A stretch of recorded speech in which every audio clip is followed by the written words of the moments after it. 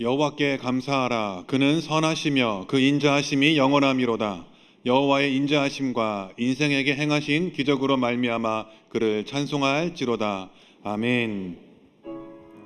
주일 예배에 오신 여러분을 환영합니다. 홀로 영광받게 합당하신 주님을 함께 찬양합시다. 주님 큰 영광 받으소서. 홀로 찬양 받으소서. 모든 이름 위에 위엄한 그 이름, 온 땅과 하늘이 다 찬양해. 겸손하게 우리 무릎 꿇고 주 이름 앞에 영광 돌리세. 모두 절하세. 독생자 예수 주님께 찬양 드리니 모든 영광과 존귀와 능력 받으소서. 받으소서. 영광과 존귀와 능력 받으소서. 받으소서. 그리스도 살아계신 하나님. 우리 다 함께 일어나서 하나님 앞에 찬양하겠습니다. 주님 큰 영광 받으소서. 홀로 찬양 받으소서. 모든 이름 위에 위엄한 그 이름, 온 땅과 하늘이 다 찬양해. 겸손하게 우리 무릎 꿇고 주 이름 앞에 영광 돌리세. 모두 절하세. 독생자 예수 주님께 찬양 드리니 우리 두 손 들고 찬양합시다. 모든 영광과 존귀와 능력 받으소서. 받으소서. 영광과 존귀와 능력 받으소서. 받으소서. 그리스도 살아계신 하나님. 이 시간 말씀을 되새기며 우리의 삶을 돌아보기를 원합니다. 하나님은 우리를 영과 진리로 소통하는 참된 예배자로 부르셨습니다. 그리고 하나님을 아는 것을 가장 큰 즐거움으로 삼기를 원하셨습니다. 하지만 지난 한 주 영원한 기쁨을 주시는 주님보다 눈앞의 작은 즐거움과 세상의 위로에 너무 쉽게 만족하며 살았습니다. 주님을 사랑함으로 드리는 기쁨의 삶이 아닌 습관과 의무 안에 젖어 향기 없는 꽃과 같은 시간을 보냈음을 고백합니다. 이 시간 다시 말씀 앞에 서기를 원합니다. 주여, 메마른 우리의 심령의 구원의 감격과 기쁨을 회복시켜 주시옵소서. 주님을 가장 기뻐하는 예배자로 우리를 회복시켜 주시옵소서. 마음을 열고 함께 기도하시겠습니다.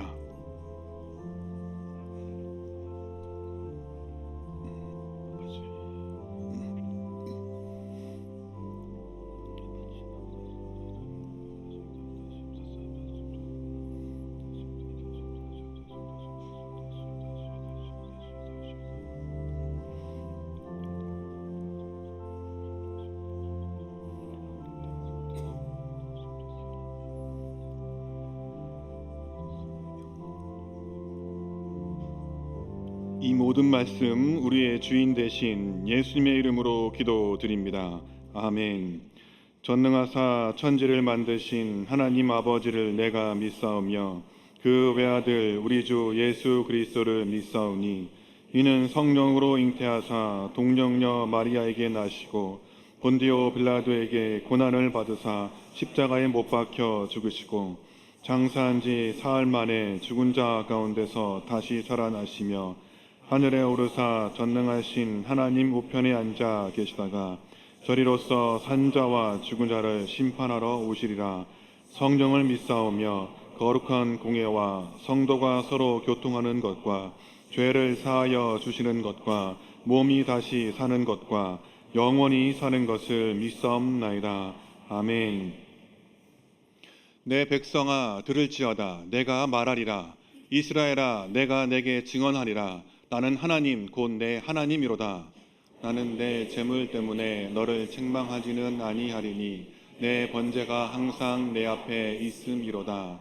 내가 내 집에서 수소나 내 우리에서 순염소를 가져가지 아니하리니 이는 삼림의 짐승들과 뭇산의 가축이 다 내 것이며 산의 모든 새들도 내가 아는 것이며 들의 짐승도 내 것이미로다. 내가 가령 주려도 내게 이르지 아니할 것은 세계와 거기에 충만한 것이 내 것이미로다. 내가 수소의 고기를 먹으며 염소의 피를 마시겠느냐? 감사로 하나님께 제사드리며 지존하신 이에게 내 서원을 갚으며 환난 날에 나를 부르라. 내가 너를 건지리니 내가 나를 영화롭게 하리로다. 아멘. 자리에 앉으시겠습니다.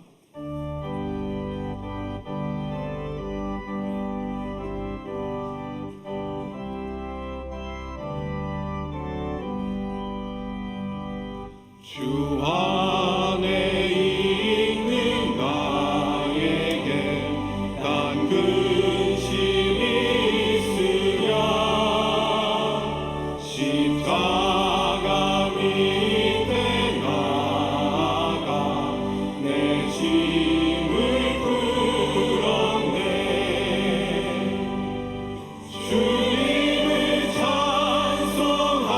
찬송하면서 할렐루야 할렐루야. 내 앞길 멀고 험해도 나 주님만 따라가리.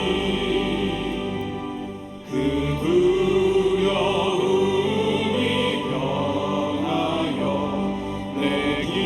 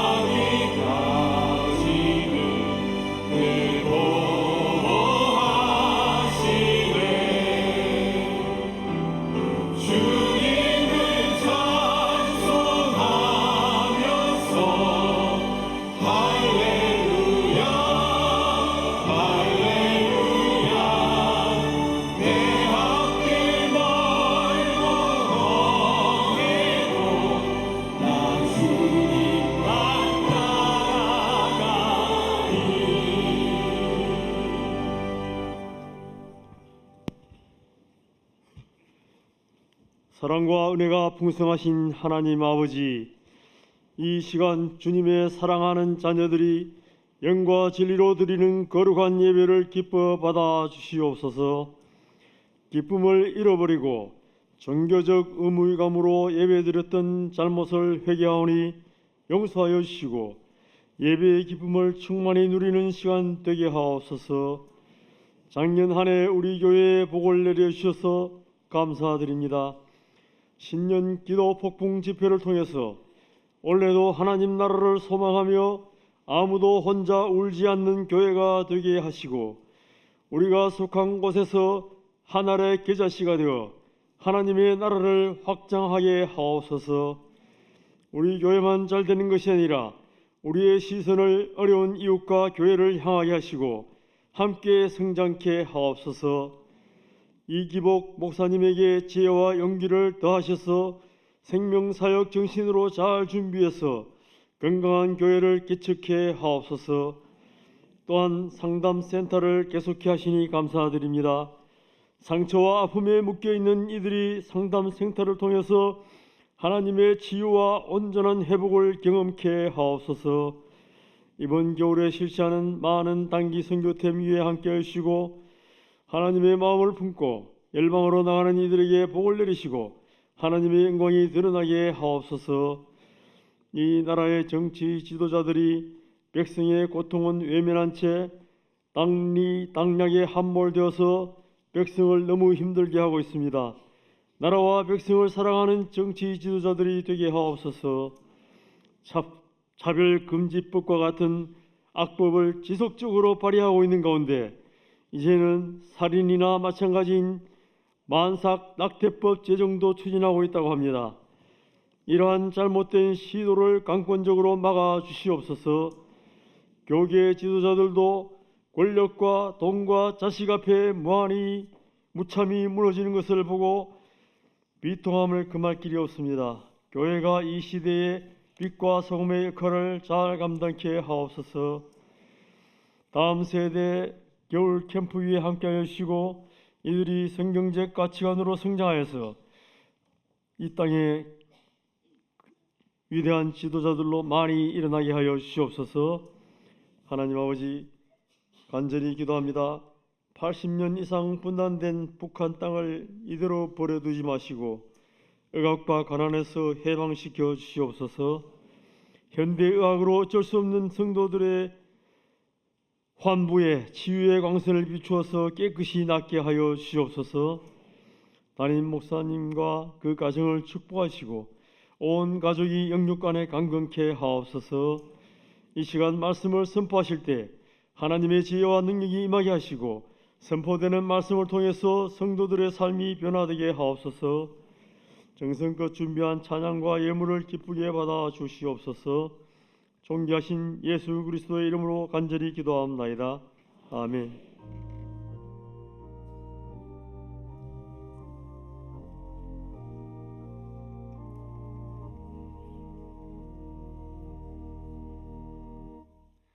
아기 축복기도 드리겠습니다. 피어스 랜돌프 모리슨 성도님, 김주현 성도님, 아들 올리버 햄스 모리슨, 이재호 성도님, 이은혜 성도님, 아들 이승민 교회에 처음 나왔습니다.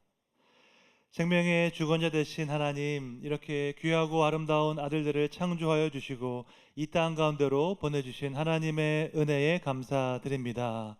주님의 은혜 가운데 이들의 일평생이 복되고 평안할 수 있도록 지켜 보호하여 주시옵소서. 험한 세상 살아갈 때에 자신의 힘과 지혜를 의지하는 것이 아니라 살아계신 하나님만 사랑하고 의지하는 귀한 믿음을 허락하여 주시옵소서. 이 어두운 시대를 밝히는 빛과 소금의 사명을 잘 감당케 하시고 예수님께서 다시 오실 길을 예비하는 세례 요한의 심정으로 이 사회의 많은 영역들에서 주님의 선하신 뜻과 공의를 이루어가게 하여 주시옵소서. 하나님께는 큰 영광이 되고 부모에게는 큰 기쁨이 되는 귀한 아들들 되게 하여 주시옵소서. 주님의 은혜에 감사드리고 예수님의 이름으로 기도드립니다. 아멘. 출산 장려금 드릴 때 박수로 축하해 주시기 바랍니다. 1월 25일 넷째 주 대구동신교회 주간뉴스입니다. 지난 1월 11일 은혜관 5층에서 대구동신상담센터 개소감사 예배를 드렸습니다.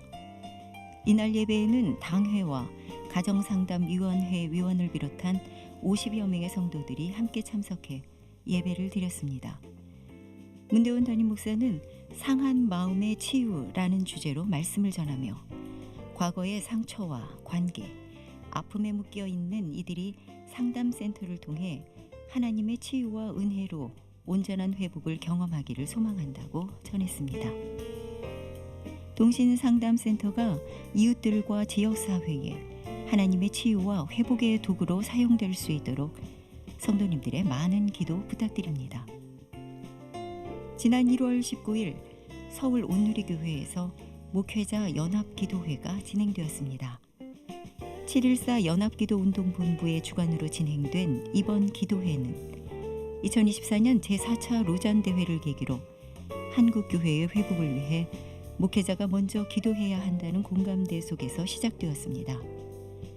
위재엠 유기성 목사는 목회자가 먼저 예수 그리스도와 동행해야 한다는 메시지를, 수영로교회 이규현 목사는 간절히 부르짖는 기도의 야성이 되살아나야 한다는 메시지를 전하였습니다.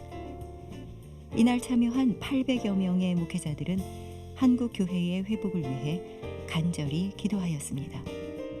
원로 은퇴 장로회 원례회가 2부 예배 후 은퇴 장로실에서 있습니다. 1.2 권사회 원례회가 3부 예배 후 해당 장소에서 있습니다. 정기당회가 4부 예배 후 당회원실에서 있습니다. 신년특별 기도폭풍 집회가 1월 30일 비전관 생명홀에서 진행됩니다. 2026년 문화위원회의 개강 예배 및 발대식이 2월 1일 비전관 믿음홀에서 있습니다. 대구 수성노회 주일학교 연합회 교사 부흥회가 2월 2일부터 4일까지 비전관 생명홀에서 진행됩니다. 동신가족이 함께하는 문화체험이 2월 7일 비전관 생명홀에서 있습니다. 남전도회 연합회 특강이 2월 7일 본관 베델홀에서 진행됩니다. 동신소식지 사랑누리 제74호 원고를 모집합니다.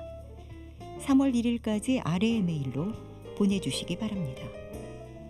2025년 하반기 각 분야 믿음 장학생을 모집합니다. 1월 31일까지 QR코드를 통해 신청하시기 바랍니다. 제20기 대구동신 LMTC 훈련생을 모집합니다. 1월 27일부터 교회 홈페이지를 통해 신청하시기 바랍니다.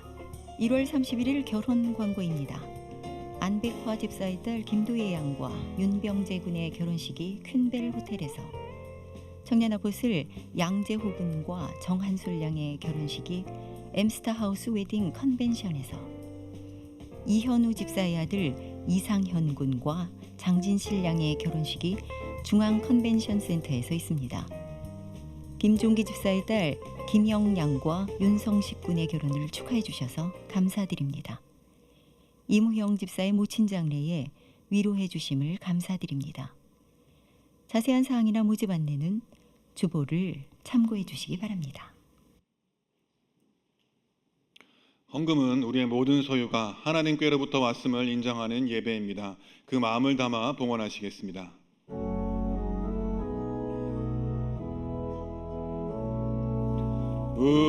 우리에게 향하신 여호와의 인자하심이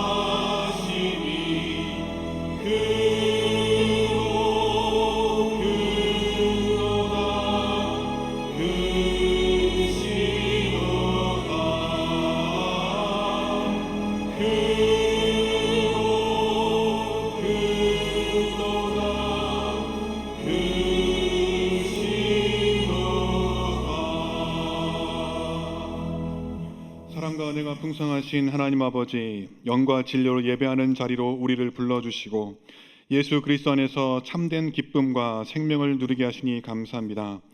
이 시간 드리는 예물은 무엇을 가장 사랑하며 살아갈 것인가에 대한 우리의 고백입니다. 나를 구원하신 은혜에 감격하여 자원함으로 드리는 기쁨의 향기가 되게 해 주시옵소서. 예물에 담긴 간절한 기도의 제목을 아시오니 남모르는 눈물로 적어낸 가정의 아픔과 일터와 진로의 막막함, 육신의 질병과 자녀를 향한 애타는 소원들을 주님께서 일일이 감찰하여 주시옵소서. 그렇게 주님의 선하신 뜻 안에서 가장 좋은 길로 응답해 주시옵소서. 우리의 평생이 하나님을 예배하는 것이 가장 큰 기쁨이 되기를 소원하며 모든 축복의 근원 되시는 예수님의 이름으로 기도드립니다. 아멘. 오늘 우리에게 주신 하나님 말씀은 고린도후서 8장 1절에서 9절입니다.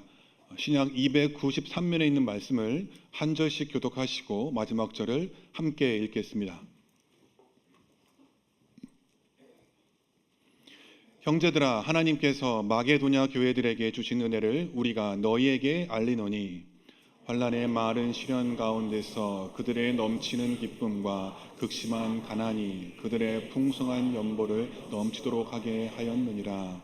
내가 증언하노니 그들이 힘대로 할 뿐 아니라 힘에 지나도록 지원하여 이 은혜와 성도 섬기는 일에 참여함에 대하여 우리에게 간절히 구하니 우리가 바라던 것뿐 아니라 그들이 먼저 자신을 죽게 드리고 또 하나님의 뜻을 따라 우리에게 주었도다. 그러므로 우리가 디도를 권하여 그가 이미 너희 가운데서 시작하였은즉 이 은혜를 그대로 성취하게 하라 하였노라. 오직 너희는 믿음과 말과 지식과 모든 간절함과 우리를 사랑하는 이 모든 일에 풍성한 것 같이 이 은혜에도 풍성하게 할지니라. 내가 명령으로 하는 말이 아니요 오직 다른 이들의 간절함을 가지고 너희의 사랑의 진실함을 증명하고자 함이로라. 함께 읽겠습니다. 우리 주 예수 그리스도의 은혜를 너희가 알거니와 부요하신 이로써 너희를 위하여 가난하게 되심은 그의 가난함으로 말미암아 너희를 부요하게 하려 하심이라. 아멘.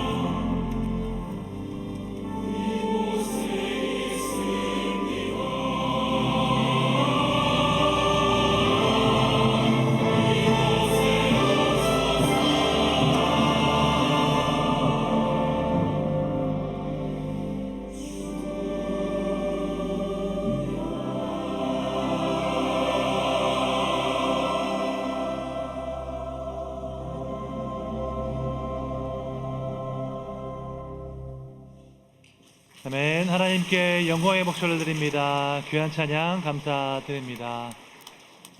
현장과 온라인에서 주일 3부 예배 나오신 여러분들을 주님의 이름으로 환영합니다. 하나님의 가장 기뻐하는 마음을 품고 다른 사람의 행복을 진심으로 기뻐하는 너그러운 분들 되시기를 주님의 이름으로 축복합니다. 하나님 은혜 가운데 신년 특별 기도 폭풍 집회가 진행되고 있습니다. 아쉽게도 이번 주 금요일이 마지막 집회인데요. 서울에서 귀한 사역을 섬기는 마커스 예배팀을 저희가 초청하게 되었습니다. 정말 한국교회 전 세대가 함께 뜨겁게 하나님을 찬양할 수 있도록 섬기는 아주 귀한 팀, 유명한 팀이니까 많이 참석하셔서 은혜를 받으시기 바랍니다. 설교는 제가 섬기겠습니다. 주보 사이에 보시면 안내지가 하나 있는데 우리 교회 문화위원회 전도대를 소개하는 안내지가 있습니다. 여러 개의 스포츠 전도대와 또 합창 음악 관련된 전도대를 통해서 성도 간의 교제를 나누고 또 불신자들을 초청할 수 있는 귀한 사역입니다. 요즘 전도하기 힘든 때잖아요. 이렇게 가을에 우리가 행복 나눔 잔치에도 교회로 초청하는 일이 어려운데 이렇게 자연스럽게 다양한 문화와 스포츠 활동을 통해서 관계를 맺을 수 있도록 동참해 주시면 감사하겠습니다. 좌우에 계신 분과 함께 인사 나누겠습니다. 예수님의 평강이 함께하기를 기원합니다. 인사하겠습니다.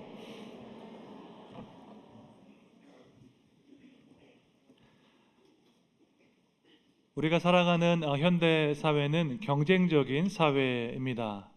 무한 경쟁의 시대이고 경쟁에서 이긴 사람만이 살아남습니다. 파이는 정해져 있고 누가 더 큰 조각을 가져갈 것인가를 가지고 경쟁하고 있습니다. 시간이 갈수록 그 경쟁은 더욱더 치열해지고 있습니다. 20년 전과 비교하면 국가적으로는 더 발전했습니다. 하지만 경쟁은 훨씬 더 치열해져서 실제 우리의 삶은 더 각박해졌습니다. 예를 들어서 과거에는 카페를 한다고 하면 옆에 있는 카페와 경쟁하면 됐습니다.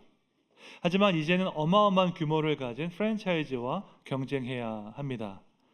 요즘은 저가 커피 프랜차이즈가 많이 생겼죠. 커피 가격은 엄청 저렴한데 모델은 BTS입니다. 일반 카페에서는 상상할 수 없는 수준의 마케팅을 하고 있습니다. 현대사회의 경쟁은 동네 단위가 아니라 이제 전국 단위, 전 세계 단위로 커졌습니다. 경쟁이 치열할수록 실패감을 느끼는 사람들도 늘어나고 있습니다. 특별히 10대와 20대 우리 젊은이들이 실패감을 많이 겪는다고 합니다. 2023년 한 언론에서 여론조사를 했습니다. 한국인인 것이 좋은지 싫은지를 가지고 인식조사를 했습니다. 전 세계의 K-팝이나 K-컬처 영향을 생각하면 한국인인 것이 자랑스러울 것입니다. 그런데 놀랍게도 20대의 30%가 한국인이라서 싫다고 답을 했습니다. 10대도 비슷한 수치였습니다. 연령이 높을수록 어르신이 될수록 한국인으로서의 자긍심을 느꼈습니다. 그런데 유독 10대와 20대는 한국인이라서 싫다고 말한 비중이 높았습니다. 왜 그럴까요? 경쟁적이다, 복잡하다, 피곤하다와 같은 이유를 많이 들었습니다. 국가적으로는 발전했지만 개인의 삶은 피곤하다는 것입니다. 경쟁이 너무 치열하고 진정한 우정과 사랑을 경험하기 어려운 현실이라고 말을 합니다. 우리 청년들은 그 어느 때보다도 더 차갑고 냉혹한 현실을 살아가고 있습니다. 우정을 잃어버리고 공동체를 잃어버린 시대입니다. 각자 도생해서 개인이 알아서 살 길을 찾아가야 하는 시대입니다. 이렇게 냉정한 시대에 우리가 어떻게 사랑에 대해서 말할 수 있을까요? 오늘 본문은 사도 바울이 고린도 교회에 보낸 편지입니다. 당시 예루살렘 교회가 경제적으로 어려움을 겪고 있었습니다. 그래서 바울이 이방 교회들에게 우리가 힘을 모아서 예루살렘 교회를 도와주자라고 제안을 했습니다. 고난 가운데 있는 형제들을 돕기 위해서 좋은 모델이 필요했습니다. 그래서 바울은 마게도니아 교회들의 사랑을 모델로 칭찬하고 있습니다. 고린도후서 8장 1절과 2절 함께 읽겠습니다. 형제들아, 하나님께서 마게도니아 교회들에게 주신 은혜를 우리가 너희에게 알리노니 환난의 많은 시련 가운데서 그들의 넘치는 기쁨과 극심한 가난이 그들의 풍성한 연보를 넘치도록 하게 하였느니라. 아멘. 여기 나오는 마게도니아 교회들은 빌립보 교회, 데살로니가 교회, 베레와 교회를 뜻합니다. 그들은 고난 가운데 있는 예루살렘 교회를 위해서 아낌없는 후원을 보냈습니다. 바울은 그들의 사랑과 희생을 공개적으로 칭찬하고 있습니다. 그런데 이 구절을 자세히 보면 마게도니아 성도들도 상황이 어려웠습니다. 그들은 환난의 많은 시련 가운데 있었습니다. 극심한 가난 가운데 있었습니다. 그럼에도 불구하고 그들은 풍성한 연보를 했다고 말씀합니다. 문장의 앞뒤가 맞지 않죠. 풍성한 연보를 하려면 상황이 좋고 돈이 많아야 합니다. 곳간에서 인심난다란 말 있지요. 돈이 있어야지 헌금을 하지. 돈이 없는데 어떻게 헌금을 할 수 있겠습니까? 그런데 마게도니아 성도들은 상황이 어렵고 가난한 가운데 헌금을 했습니다. 어떻게 이것이 가능했을까요? 2절에 보니까 그들의 넘치는 기쁨이 있었다라고 말씀하고 있습니다. 마게도니아 성도들에게 넘치는 기쁨이 있었습니다. 그냥 적당한 기쁨이 아닙니다. 흘러 넘치는 기쁨, 영어로 하면은 overflowing joy가 있었습니다. 도저히 가만히 있을 수 없는 기쁨을 가지고 있었다라고 증거하고 있습니다. 여러분은 이러한 기쁨을 경험해 본 적이 있으십니까? 너무나 기쁘고 너무너무 감사해서 도저히 가만히 있을 수 없는 기쁨을 경험해 본 적이 있으십니까? 오랫동안 기다렸던 아이가 태어났을 때 그런 기쁨을 느낄 수 있습니다. 제 주변에도 결혼하고 오랫동안 아이를 기다린 경우가 많이 있습니다. 난임 클리닉도 가고 여러 가지 노력을 해서 마침내 아이가 태어났습니다. 그때 부모가 느끼는 기쁨은 이루 말할 수 없을 것입니다. 그런가 하면 질병으로 고통을 받다가 치료를 받았을 때 느끼는 기쁨도 있습니다. 현대의학으로 어렵다고 했는데 기적적으로 회복되는 경우가 있습니다. 우리 교회도 그런 경우를 여러 차례 경험했습니다. 온 교회가 함께 기도할 때 죽음의 문턱에서 회복되어서 건강하게 생활하시는 분들이 계십니다. 그때 느끼는 기쁨도 이루 말할 수 없는 기쁨입니다. 그런데 그 어떤 기쁨도 하나님께서 주시는 구원의 기쁨과 비교할 수 없습니다. 나 같은 죄인을 위해서 독생자 예수님을 내어주신 그 사랑해 주는 기쁨과 비교할 수 없습니다. 여러분, 우리 모두는 죄인입니다. 죄의 결과는 정죄와 심판입니다. 공의로우신 하나님 앞에서 우리는 심판을 받아야 합니다.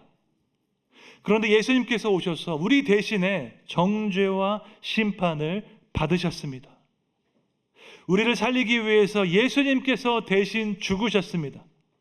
우리를 양자로 삼기 위해서 독생자 예수님께서 대신 버림받으셨습니다. 하나님은 영원히 변하지 않는 그분의 사랑을 확증하셨습니다. 누구도 그 사랑을 의심하지 않도록 예수님의 십자가를 통해서 그분의 사랑을 확증하셨습니다. 이것이 바로 우리가 받은 놀라운 사랑입니다. 부모님에게 사랑을 많이 받은 아이에게는 특징이 있습니다. 확고한 정체성을 가지고 있습니다. 주변에서 친구가 뭐라고 해도 흔들리지 않는 안정감을 가지고 있습니다. 마찬가지로 하나님의 놀라운 사랑을 받은 우리 안에 확고한 정체성이 있습니다. 하나님과 하나님의 아들, 하나님의 딸이라는 분명한 정체성이 있습니다. 무엇보다도 우리에게는 진정한 자유가 있습니다. 어떤 자유일까요? 나의 가치를 증명하지 않아도 되는 자유가 있습니다. 세상 사람들은 자신의 가치를 증명하기 위해서 살아갑니다. 그것이 돈이든 외모이든 학벌이든 상관없습니다. 내가 얼마나 잘났는지, 내가 얼마나 성공했는지 증명하기 위해서 살아갑니다. 하지만 우리는 그럴 필요가 없습니다. 예수님께서 십자가의 사랑으로 우리의 가치를 증명해 주셨기 때문입니다. 우리를 위해서 기꺼이 죽으실 만큼 주님께서 우리의 인생을 귀하게 여기셨습니다. 우리의 가치는 돈, 외모, 학벌에 있는 것이 아니라 우리를 향한 예수님의 사랑 안에 있는 줄로 믿습니다. 여러분, 이 사실을 정말로 믿는다면 우리는 놀라운 기쁨을 경험하게 됩니다. 적당한 기쁨이 아니라 흘러 넘치는 기쁨, overflowing joy를 경험하게 되는 것입니다. 이 기쁨을 가지게 되면 사랑하는 주님을 위해서 뭐든지 할 수 있습니다. 내 소유, 내 생명, 내 모든 것이 다 하나님의 것이라고 기쁨으로 고백할 수 있습니다. 주님을 향한 헌신의 깊이는 주님으로 인한 기쁨의 깊이에 비례합니다. 그러니까 주님을 기뻐하는 만큼 주님을 위해서 헌신할 수 있습니다. 기쁨이 없으면 진정한 헌신을 할 수 없습니다. 헌신하는 척은 할 수 있습니다. 하지만 진정한 의미에서 오랫동안 헌신할 수 없습니다. 헌신의 깊이는 기쁨의 깊이에 비례하기 때문입니다. 제가 부룬디 선교사로 있을 때 많이 들었던 질문이 하나 있습니다. 왜 아프리카 선교사가 되기로 결정했나요? 라는 질문이었습니다. 미국에서 박사학위 받았으면 한국에 와서 편하게 교수하면 되지 왜 세계에서 가장 가난한 나라의 선교사로 갔습니까? 라는 질문을 받았습니다. 저는 그렇다 쳐도 왜 딸까지 고생시키냐는 질문도 받았습니다. 강남에 사는 사람들은 많은 돈을 들여서 보스턴에 조기 유학을 보냅니다. 초등학생 때 보스턴으로 유학 오는 경우도 많이 있습니다. 그런데 저희 딸은 보스턴에서 태어났습니다. 최고의 환경에서 최고의 교육을 받을 수 있는데 저희와 함께 부룬디로 갔습니다. 제가 사역하던 한인교회 성도 중에서 저희 딸과 나이가 같은 손녀를 가지신 분이 있었습니다. 저희가 부룬디 선교사로 파송을 받을 때 그분이 저희 딸을 정말로 불쌍하게 보셨습니다. 너는 부모를 잘못 만나서 이렇게 좋은 곳을 떠나는구나 하는 마음을 제가 느낄 수 있었습니다. 저희는 왜 부룬디 선교사가 되었을까요? 부룬디 선교사로 가면 나중에 동신교회에서 담임 목사로 청빙될 줄 알았을까요? 당시에 저는 권성수 목사님을 만난 적도 없었습니다. 그러면 저는 왜 부룬디 선교사로 갔을까요? 하나님께서 주신 기쁨이 충만했기 때문입니다. 세상 무엇보다도 우리를 사랑하시는 그 하나님의 사랑을 깊이 경험했기 때문입니다. 그 하나님께서 원하신다면 어떤 일이든지 할 수 있었기 때문입니다. 하나님을 기뻐하는 사람은 세상이 이해할 수 없는 헌신을 할 수 있습니다. 히브리서가 말하는 대로 세상이 감당할 수 없는 믿음으로 살아가는 줄로 믿습니다. 눈앞에 있는 작은 일에 일희일비하는 것이 아니라 영원을 바라보는 그 하나님의 관점으로 기쁘게 살아갈 수 있습니다. 미국의 존 파이퍼 목사님은 이런 말을 했습니다. 사랑은 하나님을 향한 넘치는 기쁨으로 이웃의 필요를 채우는 것이다 라고 이야기했습니다. 사랑의 본질은 하나님을 향한 넘치는 기쁨입니다. 하나님께 놀라운 은혜를 받았기 때문에 우리 안에 넘치는 기쁨이 있습니다. 그 흘러 넘치는 기쁨으로 이웃의 필요를 돌아보고 섬기는 것, 이것이 바로 사랑입니다. 그러니까 하나님과의 그 수직적인 사랑은 다른 사람과의 수평적인 사랑의 기초가 됩니다. 우리는 먼저 하나님의 충만한 은혜를 깊이 경험해야 합니다. 사랑을 주기 위해선 먼저 사랑을 받아보아야 하는 거죠. 우리 안에 하나님을 향한 기쁨이 충만할 때, 흘러넘칠 때 비로소 우리가 다른 사람을 사랑할 수 있습니다. 이것이 성경이 말하는 진정한 사랑입니다. 하나님의 사랑을 경험하지 않은 사람은 진정한 의미에서 다른 사람을 사랑할 수 없습니다. 그러니까 나의 유익을 위해서 누군가에게 잘해주는 것, 여러분 이것은 사랑이 아닙니다. 나의 만족을 위해서 누군가에게 잘해주는 것, 이것도 사랑 아닙니다. 하나님은 우리의 행동뿐만 아니라 우리의 마음까지 살펴보십니다. 우리가 어떠한 동기로 이 행동을 하는지 주님은 다 보십니다. 그렇기 때문에 올바르지 않은 동기로 하는 행동을 사랑이라고 하지 않으십니다. 진정한 사랑은 어떤 희생 그 이상입니다. 성경은 자비를 행하라라고 명하지 않습니다. 성경은 자비를 사랑하라라고 말씀하고 있습니다. 미가서 6장 8절 함께 읽겠습니다. 사람아, 주께서 선한 것이 무엇임을 내게 보이셨나니 여호와께서 내게 구하시는 것은 오직 정의를 행하며 인자를 사랑하며 겸손하게 내 하나님과 함께 행하는 것이 아니냐. 아멘. 여기서 인자, 헤세드는 하나님의 사랑을 뜻합니다. 영원히 변하지 않는 하나님의 언약적인 사랑을 의미합니다. 주님은 단지 인자를 행하라고 말씀하지 않으셨습니다. 인자를 사랑하라라고 말씀하셨습니다. 하나님께 받은 그 사랑을 소중하게 여기고 아끼고 사랑하라는 것입니다. 하나님의 사랑을 소중하게 여기는 사람은 자동적으로 그 사랑을 따라 행하게 되어 있습니다. 진정한 사랑은 하나님을 향한 넘치는 기쁨에서 시작됩니다. 영원히 변하지 않는 하나님의 사랑을 받은 자로서 우리가 경험한 그 사랑을 나누고 베푸는 여러분 되시기를 주님의 이름으로 축원합니다. 마게도니아 성도들의 사랑은 놀라운 사랑이었습니다. 풍족하고 여유로운 가운데 드린 사랑이 아니었습니다. 환난 가운데, 극심한 가난 가운데 드린 사랑이었습니다. 어떻게 하면 이렇게 놀라운 사랑을 실천할 수 있을까요? 본문 5절에 나와 있습니다. 함께 읽겠습니다. 우리가 바라던 것뿐 아니라 그들이 먼저 자신을 주께 드리고 또 하나님의 뜻을 따라 우리에게 주었도다. 아멘. 마게도니아 성도들은 자신을 주님께 드렸습니다. 가난한 사람을 위해서 드린 것 아닙니다.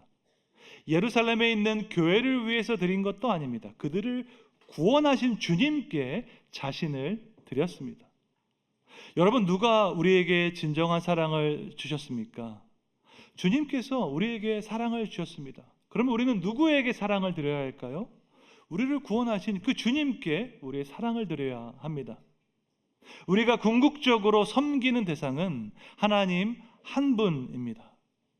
우리는 사람에게 충성하지 않습니다. 여러분, 목사님에게, 장로님에게 충성할 필요 없습니다. 우리는 조직에 충성하지 않습니다. 눈에 보이는 교회, 선교 단체에 충성하지 않습니다. 우리는 하나님을 사랑하고 하나님께 충성합니다. 궁극적으로 우리의 사랑을 받으실 분은 하나님 한 분밖에 안 계십니다. 하나님께 자신을 드린 그 사람은 그 마음 가운데 기쁨이 넘칩니다. 눈앞에 있는 작은 즉각적인 기쁨을 추구하는 것이 아니라 영혼을 바라보는 진정한 기쁨을 누리게 됩니다. 본문 4절에 나와 있습니다. 함께 읽겠습니다.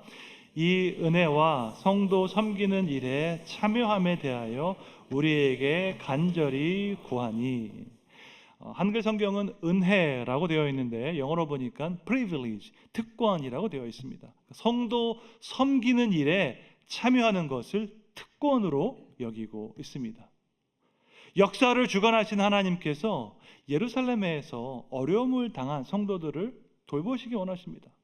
바울은 이 하나님의 사역에 참여하는 것은 특권이다라고 말씀하고 있습니다. 많은 분들께서 2002년 월드컵을 기억하실 것입니다. 우리나라 국가대표팀이 월드컵 4강에 올라갔습니다.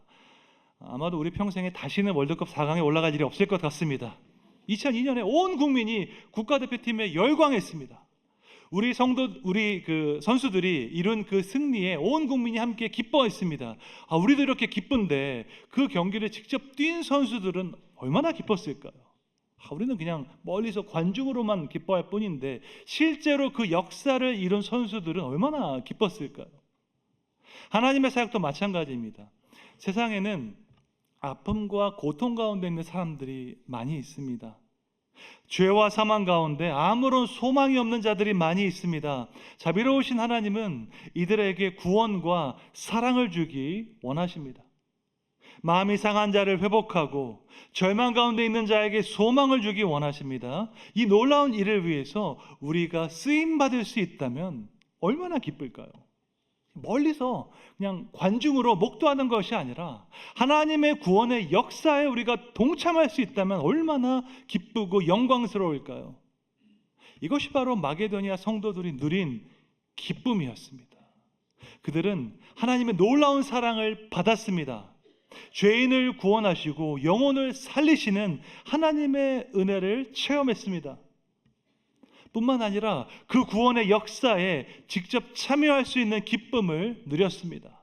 환난이 있고 가난이 있지만 그들을 통해서 구원의 역사를 행하기 원하시는 그 하나님의 뜻에 기쁨으로 반응했습니다.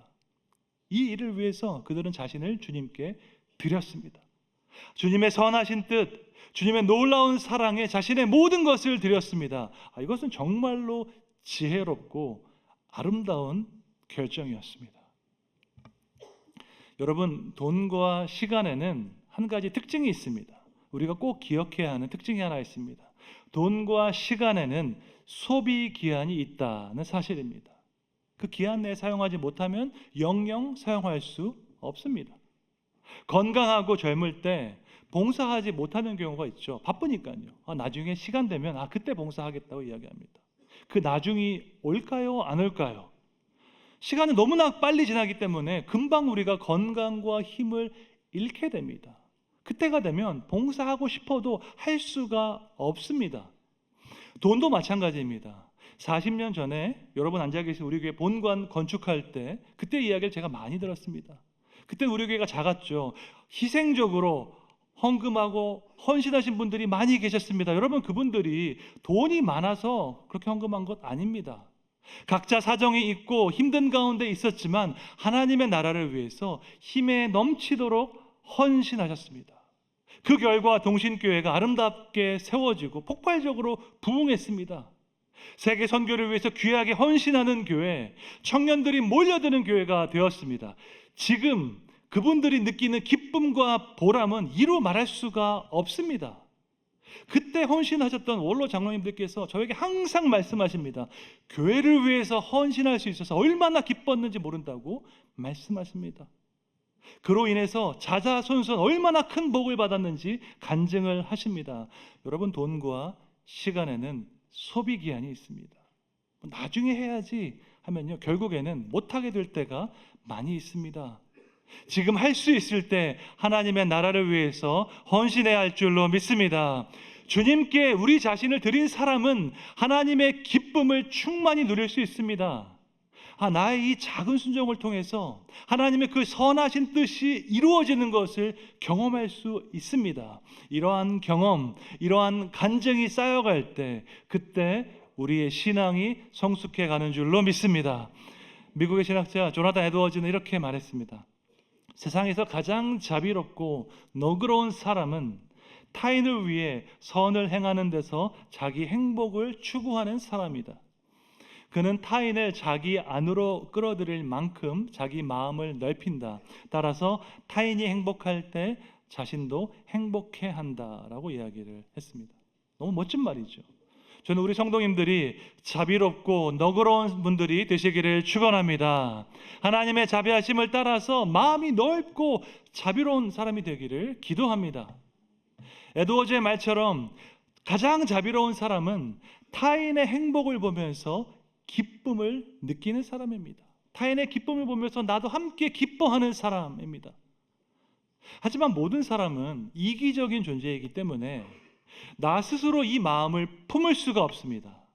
여러분, 사촌이 잘 되면 배가 아프지 함께 기뻐할 수가 없습니다. 타인의 행복을 기뻐하는 마음은 내 안에서 나오지 않습니다. 이것은 오직 하나님께로부터 나오는 줄로 믿습니다. 우리 자신을 주님께 드렸기 때문에 이제 우리는 주님의 마음으로 살아갑니다. 주님의 기쁨이 내 기쁨이 되고 주님의 행복이 내 행복이 되는 것입니다. 그러면 주님은 언제 기뻐하실까요? 주님은 그분의 백성이 행복할 때 기뻐하십니다. 주님의 백성이 행복하면 주님께서 기뻐하십니다. 주님께서 기쁘니까 나도 기쁜 것입니다. 그러므로 타인의 행복을 기뻐하는 마음은 오직 주님을 기뻐하는 마음에서만 나올 수 있습니다. 이것은 자신을 주님께 드린 사람만이 느낄 수 있는 마음입니다. 가까운 친구에게 좋은 일이 생기면 진심으로 축하해주고 싶을 때가 있죠. 하지만 나도 모르게 시기하고 질투하는 마음이 올라올 때가 있습니다. 나도 좀 성숙한 사람이 되고 싶은데 내 감정이 내 마음대로 잘 안 될 때가 있습니다. 타인의 행복을 기뻐할 수 있는 방법 딱 한 가지밖에 없습니다.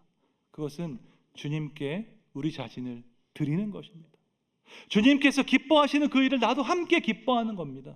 주님께서 그 사람의 행복을 기뻐하는 거니까 나도 그의 행복을 함께 기뻐하는 것입니다. 제가 아내에게 자주 하는 말이 있습니다. I'm happy that you're happy 라고 말합니다. 당신이 행복해서 나도 행복합니다 라는 말을 많이 합니다. 누군가를 진심으로 사랑하면 그의 행복을 보기 원합니다. 누군가를 진심으로 사랑하면 그의 유익을 구하기 원합니다.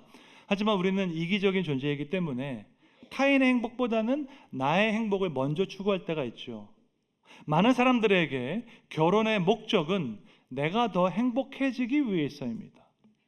상대방에게 좋은 배우자가 되고자 하는 생각은 별로 하지 않습니다. 상대방이 나에게 최고의 배우자인가, 그것을 생각합니다. 결혼을 통해서 내가 섬김을 받기 원하는 것입니다. 예수님은 섬기라고 하셨는데 우리는 섬김을 받기 원합니다. 여기에 청춘 남녀가 있다고 가정해 보겠습니다. 두 사람은 동일한 목표를 가지고 있습니다. 내가 더 행복해지기 위해서 결혼했습니다. 상대방이 나를 섬겨주고 상대방이 나에게 맞춰주기를 기대하고 있습니다. 그러면 이 두 사람의 결혼 생활은 어떻게 될까요? 섬김을 받으려는 두 사람이 결혼하면 과연 행복하게 살 수 있을까요? 없습니다. 나의 행복을 주장하는 결혼 관계는 결코 행복할 수 없습니다. 여러분에게 숙제를 한 가지 드리겠습니다. 이번 주간에 하루에 한 번씩 배우자에게 질문하는 것입니다. 오늘 하루 행복하게 지냈는지 질문하십시오. 그리고 당신의 행복이 나에게 중요하다고 말해 주십시오. 당신이 행복하면 나도 행복하다고 이야기하는 겁니다. 쑥스러우면 영어로 하면 됩니다. I'm happy that you're happy라고 하면 됩니다. 여러분, 하루에 한 번씩 이 말을 하면요, 부부 관계가 좋아집니다. 아무것도 없는 아프리카에 살아도 부부가 행복하게 살 수 있습니다. 저의 간증이기 때문에 자신 있게 말씀드릴 수 있습니다. 상대방의 유익을 구하는 마음을 가질 때 그때 우리는 하나님의 사역에 동참할 수 있습니다. 나의 유익을 위해서 이기적인 동기로 참여하는 것이 아닙니다. 타인의 행복이 나의 행복이 되는 그 주님의 마음을 품고 생명사역에 동참할 수 있습니다. 진정한 사랑의 근원 되시는 그 하나님의 마음을 품고 살아가는 여러분 되시기를 주님의 이름으로 축원합니다. 현대사회는 계산적인 사회입니다. 다 아시죠? 세상에 공짜는 없습니다. 내가 일한 만큼 보상받기를 원합니다. 그래서 리더십 아니면 조직 경영에 관한 책을 보면 항상 나오는 말이 있습니다. 좋은 리더는 보상을 잘해주는 리더이다라고 이야기합니다. 예전에는 직원들에게 희생을 요구하는 경우도 있었습니다.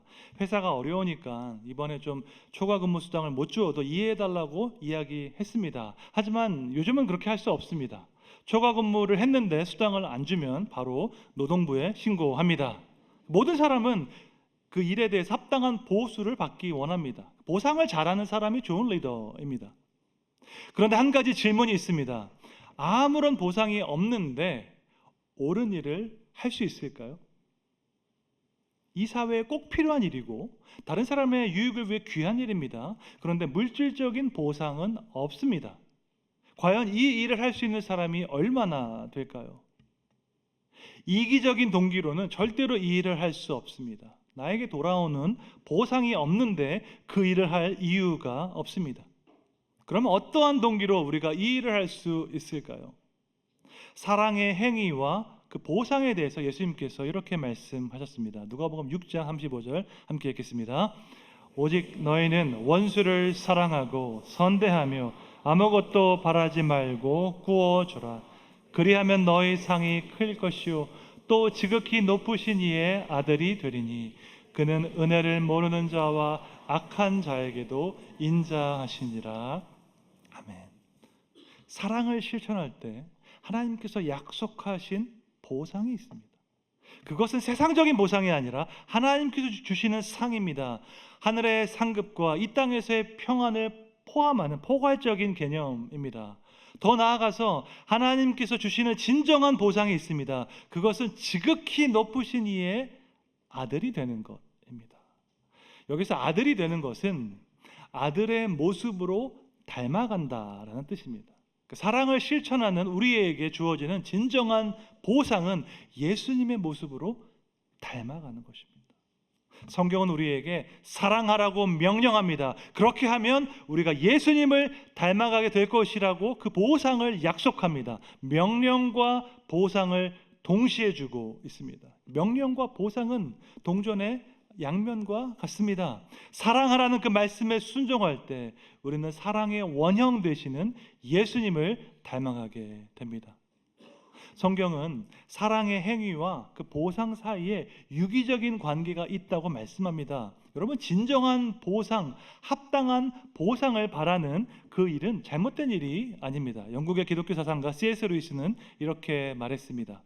진정한 연인에게 결혼은 합당한 보상이며 결혼을 원한다고 하여 속물이라고 손가락질하지 않는다. 귀족 자귀를 얻기 위해 싸우는 장군은 속물이지만 승리를 위해 싸우는 장군은 속물이 아니다.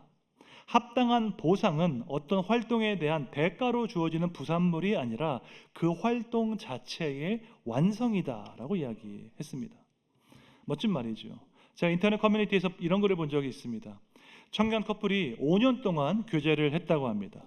이 정도 이제 교제했으면 결혼해야 하겠지요. 그래서 여성이 남성에게 결혼하자고 했습니다. 그랬더니 남성이 자기는 아직 결혼할 준비가 안 됐다고 이야기했습니다. 그러자 여성은 아니 결혼할 확신이 없는데 어떻게 5년 동안 사귀었냐고 따졌다고 합니다. 진정한 연인에게 결혼은 합당한 보상입니다. 남녀가 데이트하고 교제하는 것, 그것의 완성은 결혼입니다. 결혼을 위해서 데이트하는 것 전혀 잘못된 일이 아닙니다. 마찬가지로 우리가 사랑을 실천하는 진정한 보상은 예수님을 닮아가는 것입니다. 예수님의 어떤 모습을 닮아가야 할까요? 오늘 본문은 자신의 권리를 내려놓고 다른 사람의 행복을 기뻐하는 그 모습을 말씀하고 있습니다. 본문 9절 말씀 함께 읽겠습니다. 우리 주 예수 그리스도의 은혜를 너희가 알거니와 부요하신 이로써 너희를 위하여 가난하게 되심은 그의 가난함으로 말미암아 너희를 부요하게 하려 하심이라. 아멘. 예수님은 우주에서 가장 부요하신 분이십니다. 그분은 천국 보좌의 영광을 누리시는 분이십니다. 하지만 그분께서 우리를 위하여 가난하게 되셨습니다. 우리를 부요하게 하기 위해서 예수님은 기꺼이 가난하게 되셨습니다. 이것이 바로 우리가 닮아가야 하는 예수님의 모습입니다. 다른 사람의 행복을 위해서 나 자신을 내려놓을 수 있는 모습입니다. 다른 사람의 행복을 보면서 나도 함께 행복을 느끼는 모습입니다. 어떻게 해야지 이 마음을 품을 수가 있을까요? 여러분, 한 가지밖에 없습니다. 하나님을 기뻐하는 것이 내 삶의 목적일 때만 가능합니다. 하나님을 향한 넘치는 기쁨을 가지고 살아갈 때만 가능합니다. 여러분, 하나님이 아닌 다른 것을 기뻐하는 것, 궁극적으로는 다 우상 숭배입니다. 그것이 돈이든 학벌이든 뭐 자녀이든 상관없습니다. 내가 제일 기뻐하는 그것이 나의 우상입니다. 우상 숭배에는 두 가지 특징이 있습니다. 첫째로 우리는 우리가 사랑하는 그 우상을 닮아가게 되어 있습니다. 둘째로 우리가 만든 우상은 반드시 우리를 배신합니다. 제가 우상 숭배에 대한 시리즈 설교를 준비하고 있습니다. 그때 자세하게 말씀드리겠습니다. 진정으로 자유로운 삶은 하나님을 기뻐하는 삶입니다. 하나님을 기뻐하는 사람은 하나님의 선하신 뜻이 이루어지는 것을 갈망하는 사람입니다. 하나님을 기뻐하는 사람은 타인의 행복을 기뻐하시는 하나님의 마음을 품은 사람입니다. 하나님은 우리가 행복하게 원하십니다. 그런데 하나님은 다른 사람도 행복하게 원하십니다. 하나님은 우리가 구원받기를 원하십니다. 하지만 하나님은 다른 사람도 구원받기를 원하십니다. 성경은 하나님이 모든 사람이 구원을 알고 구원에 이르기를 원하신다라고 말씀하고 있습니다. 그 하나님을 사랑하고 기뻐하기 때문에 우리는 다른 사람의 행복을 보면서 함께 기뻐할 수 있습니다. 이것이 바로 성경이 말하는 진정한 사랑입니다. 자신의 이익만을 생각하는 이기적인 사회에서 하나님의 마음을 품고 진정한 사랑을 실천하시기를 축원합니다. 하나님을 가장 기뻐하는 그 마음을 품고 당신이 행복해서 나도 행복하다는 아름다운 고백을 하는 여러분 되시기를 주님의 이름으로 축원합니다. 함께 찬양 부르겠습니다.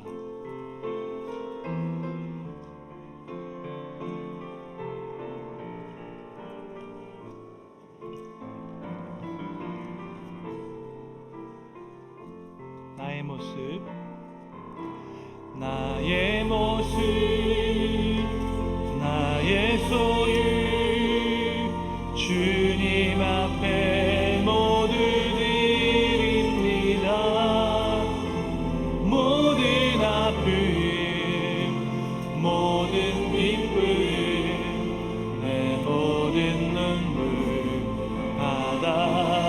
주소서. 나의 모습 나의 소유, 나의 모습 나의 소유, 주님 앞에 모두 드립니다. 모든 아픔 모든 기쁨 내 모든 눈물 받아주소서. 나의 생명을 드리니 나의 생명을 드리니 주 영광 위하여 사용하옵소서. 내가 사는 날 동안에 주를 찬양하며 기쁨의 샘을 내리 나를 받아주소서. 어제 일과 내일 일도 어제 일과 내일 일도 꿈과 희망 모두 드립니다. 모든 소망 모든 계획 내 손과 마음 받아주소서. 다시 한번 고백합니다. 어제 일과 내일 일도 어제 일과 내일 일도 꿈과 희망 모두 드립니다. 모든 소망 모든 계획 내 손과 마음 받아주소서. 우리 함께 두 손 들고 고백하겠습니다. 나의 생명을 드리니 주 영광 위하여 사용하옵소서. 내가 사는 날 동안에 주를 찬양하며 기쁨의 샘을 내리 나를 받아주 나의 생명을 드리니 나의 생명을 드리니 주 영광 위하여 사용하옵소서. 내가 사는 날 동안에 내가 사는 날 동안에 주를 찬양하며 기쁨의 샘을 내리 나를 받아주소서.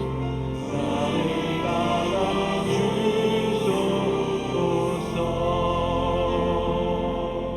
사랑하는 하나님, 죄와 사망 가운데 있는 우리를 위해서 독생자 예수님을 보내주시니 감사드립니다. 영원히 변하지 않는 그 언약적인 사랑을 허락하시고 또한 구원의 기쁨을 허락하시니 감사드립니다. 우리를 구원하신 하나님을 향한 기쁨이 흘러넘쳐서 이웃의 필요를 돌아보는 우리가 되기를 기도합니다. 자기의 유익만을 구하는 이기적인 사회에서 하나님의 마음을 품고 진정한 사랑을 실천하는 우리가 되게 하여 주시옵소서.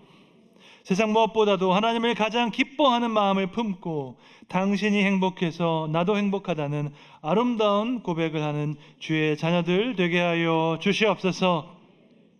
사랑에 대한 진정한 보상은 예수님을 닮아가는 것임을 기억하며 우리를 위하여 가난하게 되심으로 우리를 부요하게 하신 그 예수님의 형상을 날마다 닮아가게 하여 주시옵소서. 한국교회가 여러 가지 어려움 가운데 있지만 예수님의 마음을 품고 살아가는 우리 신실한 성도들을 통하여 이 시대 가운데 주님의 선하심과 인자하심을 나타내게 해 주시옵소서. 사랑하는 우리 다음 세대와 청년들이 치열한 경쟁 가운데 낙심하지 않게 하여 주시고 그들을 사랑하시고 귀하게 여기시는 하나님의 사랑 안에서 건강한 정체성을 세우게 해 주시옵소서. 우리 교회를 통하여서 정치, 경제, 사회, 문화 모든 영역에서 하나님의 나라를 세워가는 믿음의 리더들이 많이 배출되게 해 주시옵소서. 육체의 질병과 마음의 질병으로 고통받는 성도들을 기억하여 주시고, 전능하신 주님께서 치료의 광선을 비추사 깨끗하게 회복시켜 주시옵소서. 진학과 취업, 결혼과 자녀를 위해서 기도하는 성도들을 기억하시고, 선한 목자 되신 주님께서 길이 없는 그곳에 새로운 길을 만들어 주시옵소서. 군대와 타지와 해외에 있는 우리 동신의 가족들을 성령의 날개 아래 지키시고 보호하여 주시옵소서. 우리 영원한 소망 되시는 예수님의 이름으로 기도드립니다. 아멘. 주 예수 그리스도의 은혜와 하나님 아버지의 무한하신 사랑과 성령님의 감화 감동, 위로 교통, 영적인 잠을 깨우시는 역사가 하나님을 가장 기뻐하는 마음을 품고 타인의 행복을 함께 기뻐하는 너그러운 자가 되기를 기도하는 동신교회 모든 성도들 위해, 전 세계에서 복음을 전하시는 선교사님들 위해 이제부터 영원까지 함께 있을지어다. 아멘.